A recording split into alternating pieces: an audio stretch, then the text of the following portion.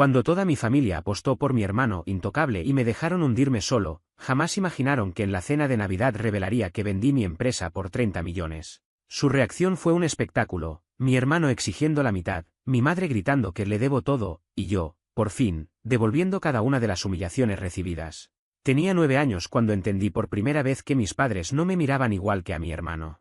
Él se llamaba Diego, 2 años mayor que yo, más llamativo en todo sentido, más atractivo, más ruidoso, más atlético y como solía bromear mi madre, nacido con estrella. Yo soy Matías, tengo 33 ahora. Y si le preguntas a cualquiera que nos conociera de niños, seguramente dirá que yo era el callado o el otro. Desde siempre, Diego ocupó el centro del mundo familiar, él recibía las miradas orgullosas, las risas, los aplausos. A mí me tocaban gestos educados, y de vez en cuando, algún «qué bien», cariño, antes de que la conversación volviera inevitablemente a girar en torno a la última hazaña de mi hermano. Al principio no era crueldad, sino algo más sutil, esa indiferencia lenta que se instala como un frío que no notas hasta que te cala los huesos.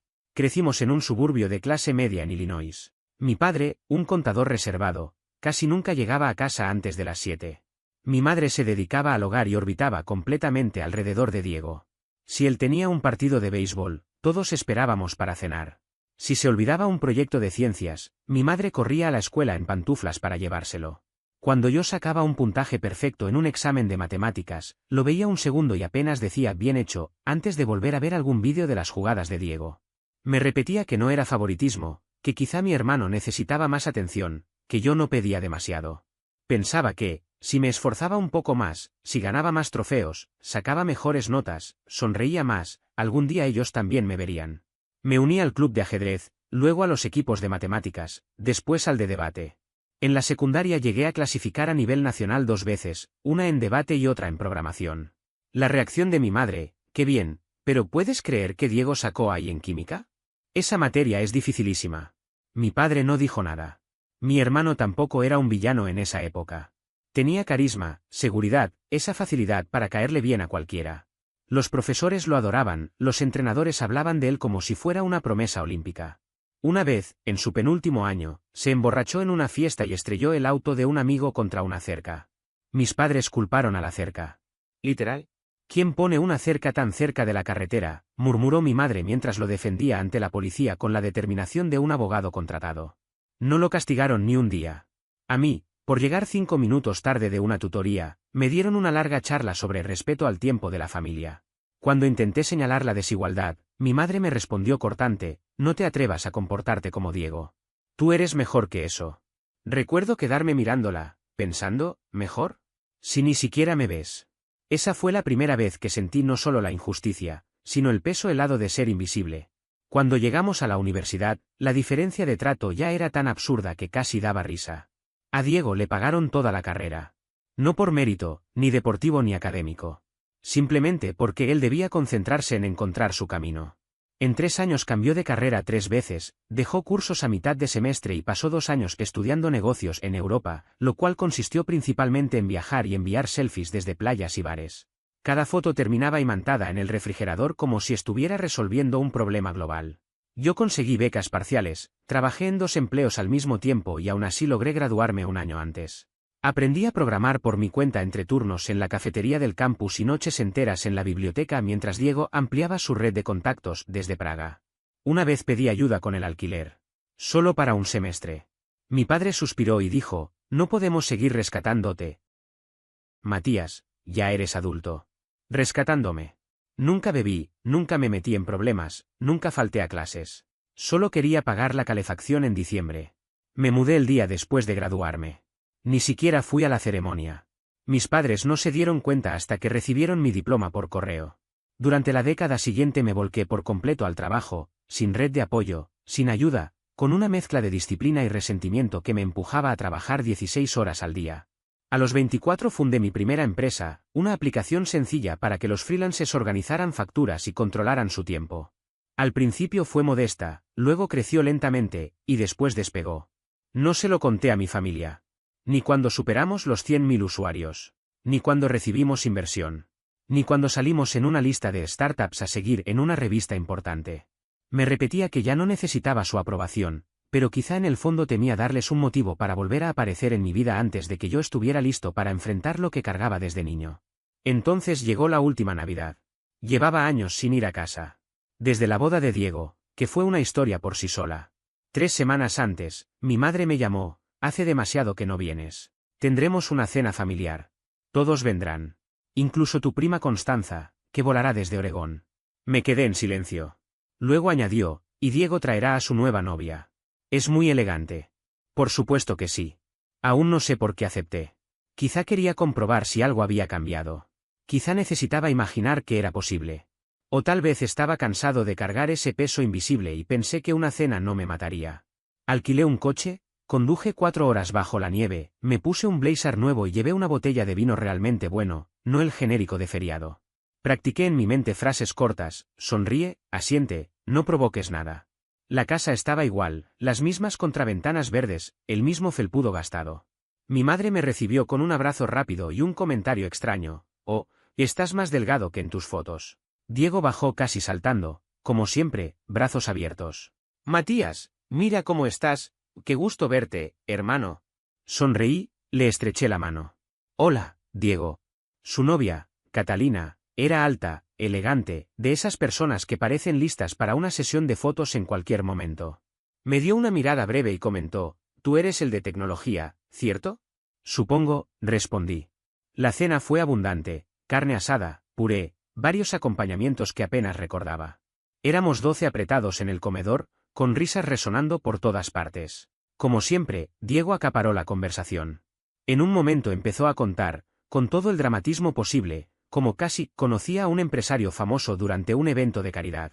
Y todos escuchaban fascinados, como si estuvieran frente a un héroe y no ante el hijo adulto que aún no sabía qué quería hacer con su vida. Nunca voy a olvidar la manera en que mi madre aplaudió, como si Diego hubiera ganado un premio internacional, mientras mi padre sonreía con cortesía entre sorbos de whisky. Yo, como siempre, permanecía en segundo plano, comiendo con calma, asintiendo cuando alguien me dirigía la palabra. No tenía intención de destacar. Era otra cena familiar más, de esas en las que yo pasaba desapercibido, exactamente como ellos parecían preferir. Hasta que, en mitad de la comida, Constanza, bendita ella, giró hacia mí y preguntó con toda naturalidad: ¿y tú qué has estado haciendo, Matías? Escuché que tu aplicación funcionó bastante bien.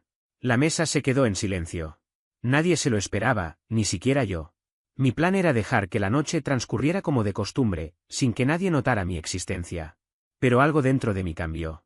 Tal vez fue la manera en que mi madre ya estaba girándose de nuevo hacia Diego, segura de que la conversación volvería a él. O quizás simplemente llegué a mi límite. Dejé el tenedor, tomé un sorbo de vino y dije con calma: vendí la empresa el mes pasado. 30 millones. El silencio fue impecable. Ni respiraciones se escuchaban. Hasta que Diego tosió de manera tan brusca que el vino le salió por la nariz. Catalina se apresuró a darle una servilleta mientras trataba de contener su sorpresa. Mi madre me observó como si hubiera confesado un crimen. Espera, dijo despacio, con la voz aguda y tensa. ¿La vendiste? ¿Te refieres a esa pequeña aplicación? No era tan pequeña, mamá, respondí. ¿30 millones? Repitió incrédula. Me encogí de hombros. Después de impuestos y tarifas es menos, pero sigue siendo más que suficiente. Diego dejó caer la servilleta. ¿Estás bromeando? No. ¿Por qué bromearía con eso? Su rostro enrojeció y luego soltó una risa forzada y cortante. Perfecto, entonces, ¿cuál es mi parte? Parpadeé. ¿Tú qué? Mi parte, repitió, ahora más fuerte. Ganaste millones gracias a mí. ¿Siempre quisiste superarme, o no? Esa fue tu motivación de toda la vida. Así que merezco algo por eso. Mi madre levantó la mano inmediatamente. Diego tiene razón. Me giré hacia ella, atónito. ¿Perdón? Le debes algo, sentenció como si hablara de una ecuación. Era tu modelo a seguir. No habrías logrado nada sin intentar alcanzarlo a él. Y ahí, justo en ese instante, algo dentro de mí se quebró. No grité. No hice un escándalo. Solo me quedé quieto mientras una avalancha de recuerdos me atravesaba: cumpleaños olvidados, logros ignorados, silencios fríos después de cada esfuerzo mío que ellos reducían a nada. Toda mi vida, todo lo que construí por mi cuenta, de pronto era interpretado como una deuda hacia mi hermano. Diego se inclinó hacia adelante, apoyando ambos codos en la mesa, sonriendo como si acabara de ganar la lotería. Así que, ¿qué te parece justo? La mitad, diría yo. Al fin y al cabo, no habrías llegado a nada sin mí. No respondí. No todavía. Porque me di cuenta de algo que ellos no sabían. Y sí, tenía un plan. Uno extremadamente preciso. Pero no iba a apurarlo. Antes quería ver hasta dónde sería capaz de llegar esa gente que llamaba familia. Y vaya que lo demostraron. Esa noche apenas dormí. Me quedé en la vieja habitación de invitados, con el mismo papel tapiz desteñido, la misma cama crujiente y la misma colcha áspera de mi infancia. Miré el techo durante horas mientras la voz engreída de Diego resonaba en mi mente pidiendo su parte. Y la de mi madre, tan tajante, afirmando: tú le debes todo. No era solo la audacia. Era la facilidad con la que lo dijo, como si fuera una realidad incuestionable. Como si mis años de desvelo, mis crisis de ansiedad, mis cenas de ramen y mis fines de semana sacrificados fueran simplemente un pago atrasado para el hijo dorado. Y lo peor, nadie me defendió. Ni mi padre, ni la prima Constanza, ni mi tío Tomás, ni siquiera Catalina, que solo bebió su vino esperando que el momento incómodo pasara. Los observé a todos. Observé cómo instantáneamente volvían a girar alrededor de Diego. Igual que siempre. Fue entonces cuando acepté algo que debí comprender hace mucho tiempo: no solo preferían a Diego. Necesitaban que él fuera el triunfador. Toda su identidad giraba en torno a esa narrativa. Mi éxito, mientras fuera silencioso, les resultaba inofensivo. Pero ahora que era imposible de ignorar, se convirtió en una amenaza para la historia que ellos querían contar. Y la gente no tolera que le rompan la narrativa. A la mañana siguiente bajé temprano a la cocina con la idea de marcharme antes de que despertaran. Pensé dejar una nota amable, agradecer por la cena, quizá mandar un obsequio después. Algo educado y distante. Pero no tuve suerte. Mi madre ya estaba ahí, con las manos hundidas en la masa de galletas, la espalda rígida como si no hubiera dormido. Buenos días, dije con cautela. Hay café, respondió sin mirarme. Serví una taza. Pasaron unos segundos de silencio tenso, hasta que decidí abordar el tema. Sobre lo de anoche. Avergonzaste a tu hermano, interrumpió de inmediato, aún sin levantar la vista. Lo emboscaste. ¿Por contestar una pregunta? Pregunté incrédulo. No te hagas el ingenuo, Matías. Sabías lo que hacías. Sentado ahí, todo soberbio, esperando soltar tu gran noticia. No fue ninguna gran noticia. Constanza me preguntó qué había hecho últimamente. Podrías haberlo minimizado, o decírmelo a mi aparte. Sabes que Diego ha estado bajo mucha presión. La miré fijamente. ¿Escuchas lo que dices? Exigió la mitad de mi dinero. Y tú lo apoyaste. Se merece algo, dijo, apretando la masa con más fuerza. Siempre te cuidó. Solté una risa amarga. ¿Cuidarme? ¿Cuándo usó mi coche en la universidad y terminó remolcado? ¿Cuándo faltó a mi graduación por ir a un concierto? ¿Cuándo se burló delante de toda la familia diciendo que mi aplicación era una calculadora glorificada? Ella se estremeció apenas, pero no lo suficiente. Estás tergiversando las cosas, murmuró. Siempre te ves como la víctima. Dejé la taza sobre la mesa con más fuerza de la que pretendía. Nunca me viste. Ni una sola vez. Y ahora que he logrado algo, pretendes que Diego reciba una parte porque supuestamente me inspiró. La vida no funciona así. Finalmente me miró. Sus ojos lucían cansados, duros. En esta familia nos ayudamos. Diego está pasando por un momento difícil. Fruncí el ceño. ¿Qué momento difícil? No respondió de inmediato. Entonces la puerta detrás de mí se abrió con un chirrido. Diego entró sin camiseta, despeinado, aún con el aliento pesado de la resaca. Fue directo al refrigerador, tomó el jugo de naranja y bebió del envase. Buenos días, plebeyos, dijo con una sonrisa torpe. Mi madre soltó una carcajada como si fuera encantador. Quise lanzar la taza contra la ventana. No era solo un impulso, era un reflejo visceral, como si mi cuerpo quisiera expulsar de golpe todo lo que había estado acumulando desde la noche anterior. La cocina estaba llena del aroma cálido de la canela, pero nada en ese ambiente familiar lograba suavizar el nudo que me había acompañado desde que crucé la puerta de esa casa. También te escuché, murmuró Diego, limpiándose la boca con una servilleta, como si estuviéramos hablando de algo trivial. ¿Sigues molesto por lo de anoche, Matías? Vamos, era solo una broma. No lo fue, respondí, sin molestarte en suavizar el tono. Él sonrió con esa expresión suya que siempre escondía una mezcla de soberbia y burla, como si su existencia misma fuera una provocación. Bueno, tal vez no del todo. Solo digo que sería bueno si nos dieras una mano. Las cosas están un poco complicadas últimamente. Mamá levantó la vista, nerviosa. No dijo nada, pero el gesto fue suficiente para saber que no era la primera vez que escuchaba ese discurso. ¿Complicadas cómo? Pregunté, apoyándome contra el borde de la mesa, sin intención de suavizar la tensión. Diego se estiró exageradamente, como si solo la idea de explicárselo agotara, y se dejó caer en la silla. Unas malas inversiones por ahí, y ya sabes cómo es. Y Catalina tiene gustos caros. Además, mi carro está dando los últimos suspiros. Fruncí el ceño. Tú manejabas un Lexus. Lo vendí, respondió como quien comenta el clima. Estoy usando el de Catalina por ahora, pero quiere uno nuevo antes de Año Nuevo. Dice que sería un gesto importante.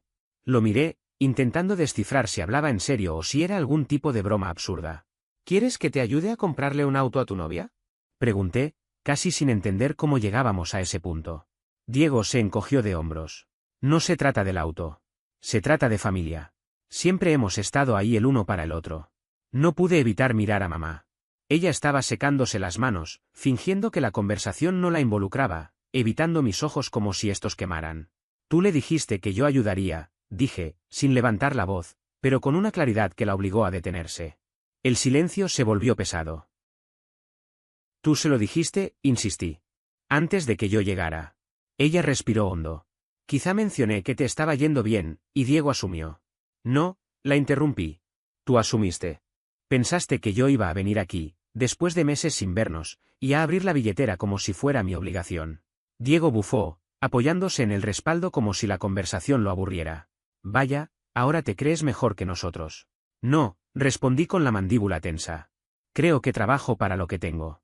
Y no estoy aquí para mantener a nadie. Él se levantó bruscamente, arrastrando la silla por el piso como un trueno seco. No serías quien eres sin mí. Siempre competiste conmigo, siempre quisiste alcanzarme. Tu vida entera fue una carrera detrás de mí. Dejé de competir contigo hace 10 años, dije despacio. Solo que tú nunca te diste cuenta. Se acercó, inflando el pecho como cuando éramos adolescentes y discutíamos por cualquier tontería. ¿De verdad vas a darle la espalda a tu familia? Observé la escena, la cocina iluminada por la luz amarilla, el olor dulce a canela, la tensión suspendida en el aire como una tormenta contenida. Depende, respondí. ¿Sigo teniendo familia aquí? Nadie contestó. Esa noche comprendí algo más profundo. La traición no siempre llega con gritos, muchas veces entra en silencio, disfrazada de normalidad. Tenía claro que me iría al amanecer. Guardé mi ropa, apagué la luz y cerré la puerta con llave. Ya había soportado demasiado. Pero cerca de la medianoche, desperté con la garganta seca. Tomé el teléfono, salí de la habitación y bajé por agua. La casa estaba oscura, salvo por un brillo tenue en la sala. Fue entonces cuando escuché susurros. Me quedé quieto. Me acerqué con cautela. Y ahí estaban, Diego en el sofá y papá sentado a su lado, inclinados como si estuvieran tramando algo. No hablaban, conspiraban. No necesita todo, solo un traspaso, se le pasará. Mi sangre se heló. Entré sin anunciarme. ¿Superar qué? Los dos se quedaron petrificados.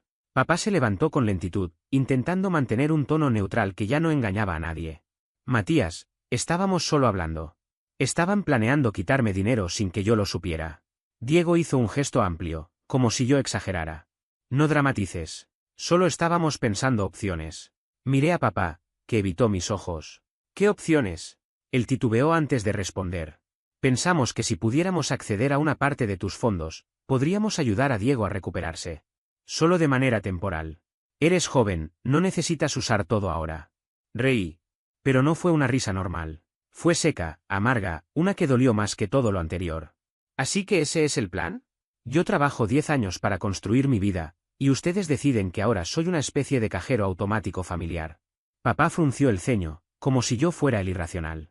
No estarías donde estás sin nosotros. Su frase encendió algo muy frío dentro de mí. No, dije.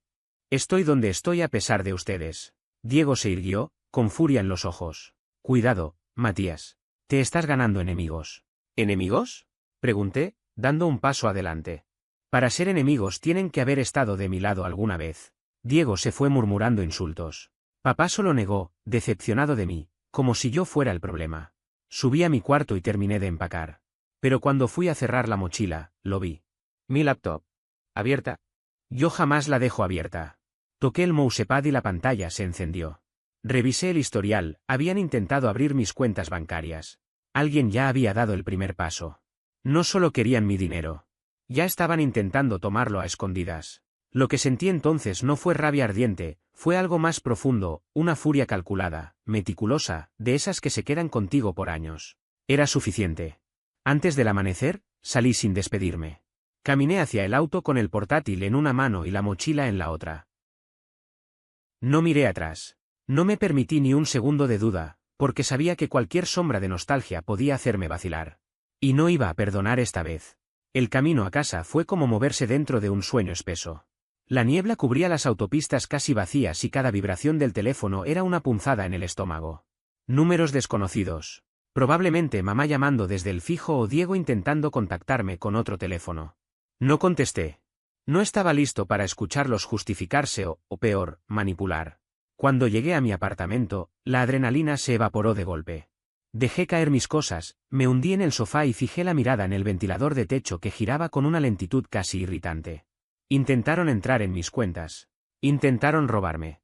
Esa idea se repetía como un eco interminable. No fue un malentendido. No fue una discusión familiar. Fue un acto premeditado. Lo peor era que, en el fondo, una parte de mí siempre supo que ese momento podía llegar. Años siendo el hijo que no encajaba, el que siempre quedaba al margen, el que tenían en reserva para cuando hiciera falta.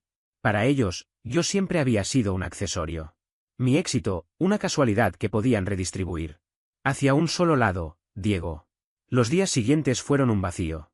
Cancelé reuniones. Ignoré mensajes. Me aislé de todo. No tenía fuerzas para enfrentar nada más que mi propio cansancio. Durante varios días, mi asistente Rocío insistió en preguntarme si me encontraba bien. Cada vez que lo hacía, yo respondía con frases breves, poco claras, diciendo que simplemente estaba algo enfermo o agotado. La verdad era que no estaba preparado para explicar nada. No todavía. Preferí quedarme a solas con ese vacío incómodo que se había formado dentro de mí y permitir que cada emoción me atravesara sin filtros, rabia, tristeza, desconcierto e incluso cierta culpa. No culpa por negarme a compartir mis ingresos, sino por seguir sintiendo ese apego absurdo, ese deseo infantil de que algún día mi familia realmente me eligiera. A veces me parecía patético. Al octavo día, finalmente encendí el portátil. No lo hice para revisar mis cuentas ni para leer las últimas noticias sobre la adquisición de la empresa. Abrí la computadora con un solo propósito, revisar los registros de seguridad. Necesitaba saber, con precisión, qué habían intentado hacer. Y el resultado fue peor de lo que imaginaba. Diego había logrado adivinar la contraseña de mi correo antiguo, ese que apenas usaba y que estaba vinculado a unas cuantas cuentas obsoletas. Era una variación del nombre de nuestro perro de la infancia, algo que yo ya ni recordaba, pero él sí. Desde ahí intentó restablecer accesos adicionales, como respaldos y contraseñas secundarias. De no ser por la autenticación en 2 pasos, tal vez lo habría logrado. Estaba claro, no buscaba solo dinero. Quería acceso. ¿Control? Eso encendió algo en mí, como si de repente hubiera dejado de sentirme entumecido y todo se enfocara con nitidez extrema. Durante las siguientes 2 semanas me dediqué a una renovación total. Cambié contraseñas, instalé llaves de seguridad, configuré verificaciones múltiples y bloqueé cada acceso posible. Incluso contraté a un consultor especializado en ciberseguridad. Quizás sonaba exagerado, pero quería tener cubierto hasta el ángulo más improbable. Llegué a crear cuentas señuelo, configuradas para detectar cualquier intento futuro. Quería estar listo si decidían volver a intentar algo así. Pero toda esa reorganización digital fue solo la superficie. Bajo los ajustes, los cortafuegos y los protocolos estrictos, comenzó a gestarse una idea distinta. No era venganza. No exactamente. Era una forma de recuperar mi historia, de recordarme, y recordarle también a ellos, quién era yo realmente. El primer paso fue una llamada a Rocío. Estoy listo para volver al trabajo, le dije, con la voz todavía algo áspera. Ella no pidió explicaciones. Solo respondió. Perfecto. El mundo ha estado esperando. Al principio avanzamos con calma, algunas reuniones pequeñas, una participación breve en un podcast, una entrevista ligera para una revista de tecnología. Apenas mencioné la adquisición. Dejé que los números hicieran el trabajo. Y fue suficiente. Comencé a sentir de nuevo esa chispa, esa energía que durante semanas había estado apagada. Recordé que me impulsó a empezar todo esto, no demostrar que los demás estaban equivocados, sino demostrarme a mí mismo que yo podía. En febrero lancé un programa de mentorías, de manera discreta y sin asociarlo a mi nombre. Era un grupo pequeño al inicio, jóvenes desarrolladores, diseñadores y emprendedores tratando de sacar adelante sus primeras ideas. No hice publicidad. No di entrevistas. Simplemente asistía cada semana para ayudarles a depurar código, preparar presentaciones, ajustar conceptos. Y algo curioso ocurrió. Sentí una felicidad genuina. No de esa que se muestra para las fotos o las redes sociales, sino una alegría interna, tranquila, sólida. Cada vez que uno de ellos lograba que su idea funcionara o que un usuario se registrara por primera vez, me veía reflejado en ellos, la versión más joven de mí mismo, la que soñaba con crear algo propio mientras todos dormían. En marzo recibí un correo inesperado. Una periodista de una publicación importante quería hacer un reportaje, no solo sobre mi aplicación, sino sobre mi historia personal. Había escuchado fragmentos, comentarios sueltos, curiosidades sobre mi origen, mi familia y la manera en que había construido todo desde cero sin contactos ni apoyos. Dudé unos minutos, pero acepté. El artículo salió a inicios de abril. El título no pasó desapercibido: El hermano olvidado que construyó un imperio tecnológico. Sensacionalista quizás, pero sincero en fondo. Relataba la vida de un chico invisibilizado, subestimado y dejado atrás, que aún así creció, aprendió y construyó algo con sus propias manos. La respuesta fue abrumadora. Mi bandeja de entrada se llenó de mensajes de fundadores, de jóvenes con historias parecidas, de antiguos profesores que confesaban no haberme visto realmente. Y luego llegó algo que no esperaba: disculpas. Cartas de desconocidos admitiendo que alguna vez habían sido los Diego en la vida de alguien más. Los hijos favoritos, los protegidos sin saberlo, los que hacían daño sin darse cuenta. Algunas disculpas eran sinceras, otras sonaban vacías, pero todas demostraban que mi historia no era única. Comprendí entonces que lo que me había ocurrido era parte de algo más grande. Una herida compartida. Para mayo, el programa de mentoría superaba las 300 personas. Me invitaron a 2 conferencias y uno de mis alumnos consiguió entrar a una aceleradora importante. Otro obtuvo una ronda de inversión inicial gracias a una recomendación que yo mismo gestioné. No le conté nada de esto a mi familia. No envié el artículo. No llamé por el Día de la Madre. Pero, como era inevitable, igual se enteraron. El primero en escribir fue Diego. Bonito artículo, ahora te haces la víctima. No respondí. 2 días después, recibí un correo de mi madre. Extenso, lleno de frases manipuladoras y afecto fingido. Nunca quisimos hacerte daño, Matías. Estás exagerando todo. Las familias discuten, pero seguimos siendo tu familia. ¿No crees que ya es hora de dejarlo atrás? Diego está pasándolo mal con todo esto de la prensa. La gente está hablando. Sí, la gente hablaba. Pero por primera vez no hablaban sobre Diego. Hablaban sobre mí. No respondí tampoco. No porque no tuviera que decir, sino porque finalmente había entendido algo: el cierre no siempre llega a través de conversaciones. A veces llega con distancia. Seguí construyendo mi vida en silencio. Acepté nuevos proyectos, invertí en emprendimientos pequeños, ayudé a negocios locales a modernizar sus sistemas. Una vez por semana daba clases de programación básica en un centro comunitario. Los estudiantes me recordaban al chico que fui, con hambre de aprender, cansado, invisible para muchos. Reconstruí todo paso a paso, no por rencor, sino por claridad. Y justo cuando pensé que el pasado por fin podía quedarse donde estaba, llegó un sobre blanco, con letras doradas en relieve. Una invitación de boda. Diego y Catalina. Cuando llegó la invitación, supe que septiembre sería el escenario del siguiente movimiento de mi familia. El sobre tenía ese tono marfil pretencioso que intenta parecer distinguido, aunque solo consigue verse forzado. Lo abrí sin prisa, imaginando lo que encontraría. No me equivocaba: una tarjeta brillante, dorada, gruesa, como si quisieran que el peso del papel compensara la falta de sustancia detrás del mensaje. Y ahí estaba la frase: ya dejaste clara tu postura. Ahora vuelve y sé parte de la familia otra vez. Te extrañamos. Trae un regalo. No era una invitación. Era una orden disfrazada. Un recordatorio de que, en su mente, todavía podían decidir mi lugar. Que seguía siendo una pieza del engranaje, un accesorio para completar la foto perfecta del hijo favorito. Me quedé de pie en la cocina, sosteniendo la tarjeta como si fuera un objeto venenoso. Durante minutos, solo la observé. Cada palabra parecía escrita con la misma arrogancia de siempre. No tardé en reconocer la letra adornada de Diego, esa manía suya de querer parecer refinado cuando lo único que lograba era verse desesperado por atención. Y la frase final: trae un regalo, me encendió algo que ya había intentado dejar atrás. La dejé sobre la encimera. No la tiré. No contesté. Simplemente la observé durante 2 días completos. Era como un animal pequeño que te mira desde la esquina, esperando a que bajes la guardia. Y mientras más la miraba, más claro tenía que no iba a ceder. Yo no era el Matías que ellos creían poder moldear. Yo decidiría cómo se cerraba esta historia. Y esta vez, el final no lo escribirían ellos. Lo primero fue recopilar información. Para entender el terreno, necesitaba a alguien meticuloso, alguien que no se conformara con lo superficial. Pensé en Fernanda, una amiga cuya eficacia rozaba lo inquietante. La conocí en un congreso tecnológico en Austin.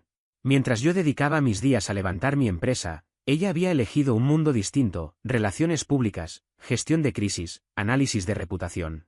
No era alguien que buscara el centro de la escena, era quien movía los hilos detrás de ella. Cuando la llamé, ni siquiera tuve que pedirle discreción. Después de escucharme, respondió con su humor directo. ¿Estás planeando incendiar algo? Nada físico, le dije. Solo necesito claridad. Podrías simplemente ignorarlos, sugirió. Ya lo hice. 3 años. Y aún así siguen intentando entrar en mi vida como si no hubiera pasado nada. Esta vez quiero que termine a mi manera. No insistió. Me pidió detalles con calma, y le conté todo: la boda, el intento de meterse en mis cuentas, como mi madre no dudó en respaldarlo. 3 días después, me envió un informe que me dejó pensando largo rato. No por sorpresa, sino porque confirmaba exactamente lo que mi instinto ya sospechaba: Diego estaba en caída libre. Tenía deudas que superaban cualquier lógica, tarjetas saturadas, 2 empresas fallidas que habían cerrado sin pena ni gloria, el coche de Catalina embargado por falta de pago, y un perfil profesional que anunciaba servicios que nadie contrataba. La boda, además, estaba siendo pagada casi por completo por los padres de ella, quienes, según varias publicaciones que Fernanda encontró, estaban arrepintiéndose cada día más de haber financiado esa fantasía. De pronto todo encajó como un rompecabezas. No querían que yo volviera por cariño. No ansiaban una reconciliación. Necesitaban mi presencia para la foto perfecta. Para sostener una apariencia. Para mostrar que la familia estaba unida y que el hermano menor seguía orbitando alrededor del brillante hijo mayor. Y, como guinda, esperaban que llevara un regalo costoso, algo que pudieran presumir. De modo que decidí asistir, pero bajo mis propias reglas. Comencé con mi aspecto. Quería presencia, no ostentación. Busqué a un estilista profesional para renovar por completo mi imagen. Revisamos mi ropa antigua. Camisas, sacos, trajes que en su momento parecían suficientes, y entendí que ninguno servía para lo que quería transmitir ahora. Buscábamos un estilo que mostrara seguridad sin gritarla, que no necesitara validación. Finalmente elegimos un traje gris carbón de corte impecable, camisa abierta sin corbata, zapatos elegantes y discretos, un reloj que solo entendía quien sabía mirar. El conjunto transmitía: no vine a impresionar. Así vivo mi vida. Luego pensé en quién podría acompañarme. No buscaba espectáculo ni romance forzado, necesitaba a alguien que comprendiera el juego.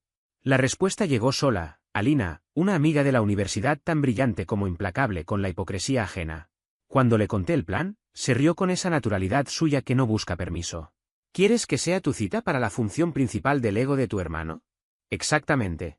Perfecto, pero voy a llevar un vestido que haga recordar a todos que estuve allí.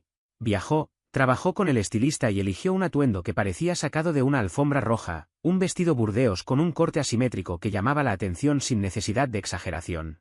Su cabello caía en ondas suaves, el maquillaje realzaba sus facciones y cada detalle marcaba una presencia elegante pero contundente. El día de la boda llegó rápido. Era el primer sábado de septiembre, en un club campestre exageradamente ornamentado, de esos que intentan justificar su precio con fuentes innecesarias y lámparas gigantes en los pasillos. Reservé un auto negro, sobrio y moderno. Mientras nos acercábamos, vi a los invitados agrupados fuera del salón, nerviosos y vestidos en tonos pasteles.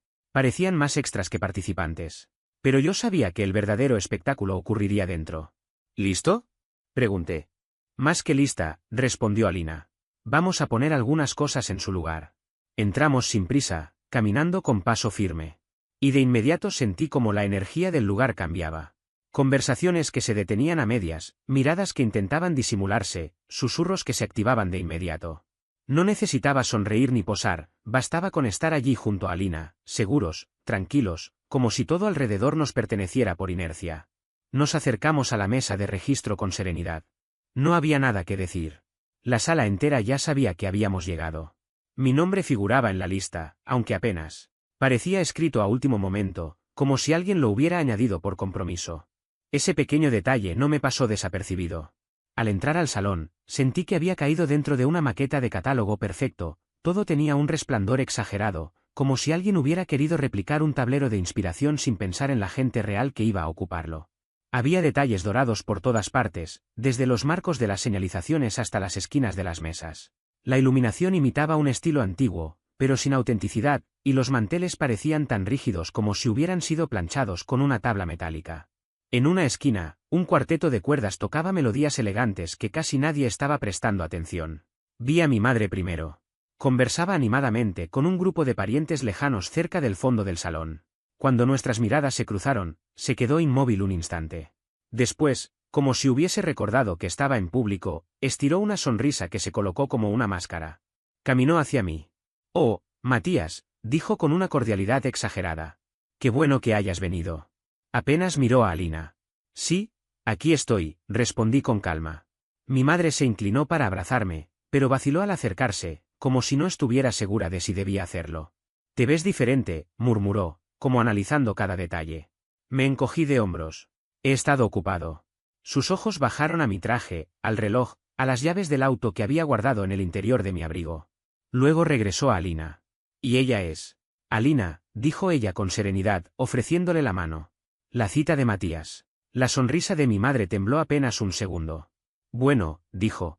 «La ceremonia empieza pronto. Diego estará encantado de que hayas venido». No respondí. Sabía perfectamente que Diego no tenía idea de que yo aparecería. Y cuando entramos al salón principal y vi su rostro, confirmé mi sospecha. Estaba hablando con sus padrinos cuando nos vio y su mandíbula literalmente se aflojó. Alina me tomó la mano con suavidad. Hora del espectáculo. No me acerqué de inmediato. Quería que sintiera el peso de mi presencia, que notara cada segundo. Así que dimos una vuelta lenta por el salón, saludando a los familiares mayores, sonriendo con cortesía. Escuché murmullos aquí y allá. «Ese es Matías. Se ve distinto». Creí que se había ido a Seattle. «¿Y esa chica?» «Es hermosa, será su novia». Cada comentario era una pequeña victoria. Cuando finalmente nos acercamos, Diego abrió los brazos como si fuéramos amigos de toda la vida. «Matías», dijo con un entusiasmo ensayado. «Qué bueno verte aquí». Me dio un abrazo rápido con un solo brazo. Yo no lo correspondí. «Felicidades, Diego». Él me miró de arriba abajo con descaro. «Vaya, mírate, bien trajeado, acompañado, qué cambio». Alina sonrió de manera controlada. «Mucho gusto, he oído bastante sobre ti». «Me lo imagino», respondió él, lanzándome otra mirada de evaluación. Luego, casi sin transición. «Oye, supongo que recibiste la lista de regalos, ¿no?» «La recibí». Esperó a que añadiera algo más. «No lo hice». Su ceño se frunció por un instante. «Bueno, no es que tengas que comprar algo de ahí», dijo, fingiendo modestia.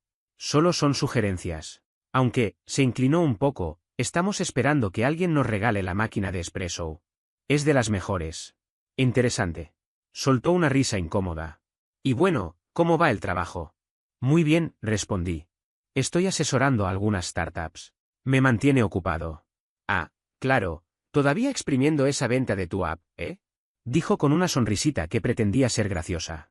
Alina arqueó una ceja, pero le toqué suavemente el brazo. «Déjalo», le indiqué en voz baja. «El dinero es solo una herramienta», dije tranquilo. «Lo importante es en qué lo usas». A Diego no le gustó ese comentario.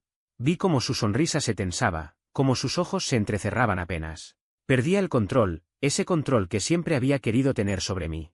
Y él lo sabía. Intentaba descifrar desde qué posición debía responderme, pero no encontraba su punto de apoyo. No sospechaba que mi presencia no era solo para generar incomodidad. Tenía algo que entregar.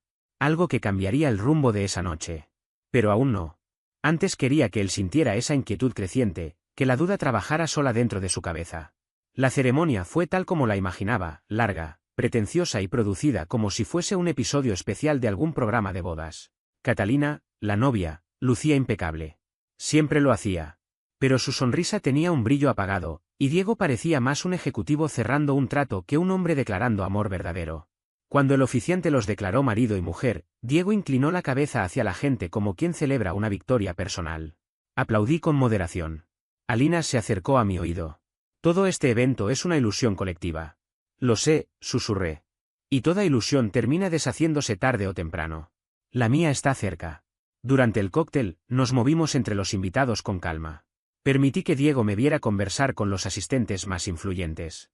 Me aseguré de que escuchara fragmentos, un inversionista con quien había trabajado, una fundadora a la que había apoyado, una directora filantrópica con la que colaboré recientemente. Nada era ostentoso. No levanté la voz, no me comporté con superioridad. Pero todo era visible. Planeado. Diego lo notó. Lo vi esforzarse por aparentar mayor entusiasmo. Reía más fuerte, apretaba manos con exageración, lanzaba comentarios a cualquiera que pasara. Pero sus ojos, cada pocos segundos, regresaban a mí. Tenía ese tic nervioso en la mandíbula, ese ligero temblor en los dedos que intentaba ocultar en los bolsillos. Registraba cada gesto mío, buscando una pista, algún indicio de lo que planeaba, sin saber que ya estaba cayendo en el juego. No hizo falta buscar explicaciones, no había ninguna. Cuando llegó el momento de la cena de recepción, descubrí que nuestra mesa estaba relegada al rincón más escondido del salón, justo al lado del guardarropa. No era una casualidad. Aquello tenía la firma de mi madre por todas partes, su última forma de recordarme cuál era mi lugar dentro de esa jerarquía familiar que ella había construido desde siempre. Alina, a mi lado, soltó una sonrisa tranquila. Al menos tenemos la mejor vista hacia las salidas, dijo. Me sirve, respondí, intentando mantener el control. Los discursos empezaron justo después del postre. La dama de honor de la novia se puso de pie con un temblor visible en las manos y pronunció un brindis que parecía más un obituario que una celebración de matrimonio. Habló de lealtad, de sueños, de creer en quienes aún no se encuentran a sí mismos. Era extraño, pesado, casi incómodo. Luego fue el turno del padrino, un amigo de la universidad de Diego. Contó una historia interminable sobre unas vacaciones en Cancún, llena de chistes internos y risas obligadas que no lograban conectar con nadie fuera de su pequeño círculo. Y entonces ocurrió lo inesperado. Invitamos ahora al hermano de Diego a dedicar unas palabras, anunció el maestro de ceremonias. Parpadeé, desconcertado. Nadie me había mencionado que iba a hablar. Desde la mesa principal, Diego me observaba con esa misma sonrisa resbalosa de siempre, una que decía claramente, quiero ver cómo te incomodas. Me levanté despacio. Alina me apretó la mano suavemente. Tú puedes. Caminé hacia el micrófono sintiendo como cada mirada en la sala se clavaba en mi espalda. Algunas personas parecían intrigadas, otras, tensas. Mi madre tenía el rostro rígido. Mi padre, una expresión recogida, dura. Diego cruzaba los brazos como quien se prepara para disfrutar de un espectáculo. Ajusté el micrófono. Buenas noches, dije. Apenas recibí unos pocos aplausos. No esperaba hablar hoy, pero es difícil dejar pasar la oportunidad de decir unas palabras sobre la familia, especialmente la mía. Risas cortas, muy discretas. Soy Matías, el hermano de Diego. El callado, como quizás algunos recuerden. El niño que prefería los libros al béisbol, el que no fue el más popular ni el más buscado para los bailes del colegio. Crecer en mi familia fue comprender que el ser diferente no significaba ser especial. Significaba ser menos. El salón se detuvo. Sentí ese silencio que se estira. Pasé años creyendo que si trabajaba lo suficiente, si lograba cosas grandes, si me convertía en alguien importante, finalmente ganaría un lugar en esa mesa. Pero aprendí algo distinto, a veces no es uno quien está roto, es la mesa. Mis ojos se encontraron con los de mi madre, tenía la mandíbula apretada. Diego frunció el ceño. No estoy aquí para traer viejas heridas en medio de un matrimonio nuevo, continué. Vine buscando cierre. Y, en un sentido extraño, vine a dar las gracias. Porque la distancia que ustedes crearon, el silencio, la indiferencia, la traición, me enseñaron a sobrevivir sin ustedes. A crecer sin ustedes. A construir algo que nadie creía que yo lograría. Miré directamente a Diego. Mientras tú disfrutabas de ser el hijo dorado, yo construía una vida. Una empresa. Un futuro. Una identidad. Su sonrisa ya no existía. Tomé aire. Así que felicidades, Diego, por tu boda y por tu nueva etapa.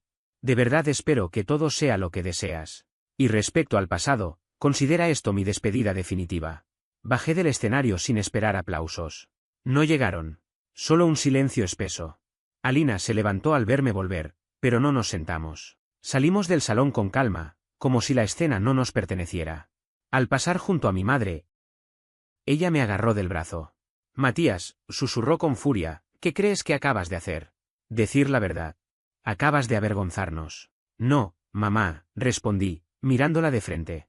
Ustedes se avergonzaron solos hace años. Cada vez que me ignoraste, cada vez que levantaste a Diego mientras me hundías a mí, solo que nunca pensaste que mi voz iba a ser lo bastante fuerte para resonar. Su rostro perdió color. Siempre tan dramático, siempre tan insignificante. Su mano cayó como si la hubiese quemado. Al salir, el aire nocturno me recibió frío y limpio. Pero aquello no era el final. Me quedaba una última jugada. 3 semanas después de la boda, Diego y Catalina recibieron un sobre entregado por mensajería. Un regalo de bodas. No venía de mí directamente, sino de mi abogado. Dentro había una notificación legal: su nueva startup mediática había infringido una de mis marcas registradas, una que yo había protegido años atrás mediante una empresa fantasma. Habían usado casi el mismo nombre, el mismo diseño, la misma línea promocional. Era tan obvio y tan mal hecho que rozaba lo absurdo. El cese y desista era contundente. Pero esa no era la verdadera estocada. Incluimos un reclamo por daños, por pérdida de integridad de marca, y una solicitud formal de auditoría de sus finanzas de los últimos 18 meses. Los padres de Catalina, quienes avalaron su préstamo reciente, recibieron copia del documento. También lo recibió la oficina comercial local. El telón cayó sin necesidad de un juicio. Yo sabía que Diego no tenía recursos para enfrentar una demanda. Y sus suegros jamás iban a cubrir un error tan negligente. 3 semanas después recibí un mensaje. Matías, ¿por qué haces esto? Ya ganaste. Lo miré largo rato antes de responderle. ¿Ganar? No, Diego. Yo sobreviví. No es lo mismo. No hubo respuesta. Un mes más tarde, supe por un conocido que Catalina lo había dejado. Sus padres le retiraron cualquier apoyo económico. El departamento, rentado con crédito, fue devuelto. Él volvió a casa de mis padres. Solo por un tiempo, decían. Pero ese tiempo nunca terminó. Yo seguí adelante. Expansión del programa de mentorías. Fundación de una organización para jóvenes subrepresentados en tecnología. Inversiones en ideas que me recordaban mis inicios. Compré una casa frente al mar, tranquila, luminosa, con un porche que rodea toda la estructura. Desde allí veía las olas cada mañana con una taza de café en la mano. Dejé de preguntarme por qué no me habían querido como yo necesitaba. Porque finalmente había aprendido a quererme yo mismo. Esa fue la verdadera venganza, construir una vida que ya no podían ensuciar, una vida que jamás imaginaron que alcanzaría. Nunca volví a darles un lugar en mi mesa. Y jamás he extrañado sus voces en la mía.